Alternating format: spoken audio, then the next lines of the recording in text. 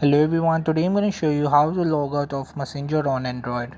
So just swipe up, just find the Android settings, and after just find apps option. So in app list just find the Messenger app, as you can find. So once you will be just find, just tap on it and scroll down, just tap storage.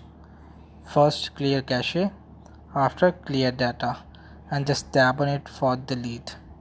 So the first way is that, so in this way you will have to log out Messenger, and the second way is that we will just go back, just tap on it Facebook and just tap settings as well.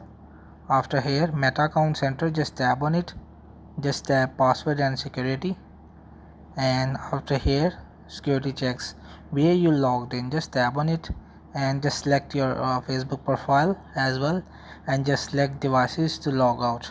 After here you will be completely log out of Messenger on Android. So hope this video helped you. Please don't forget to like and subscribe and get notified for more videos.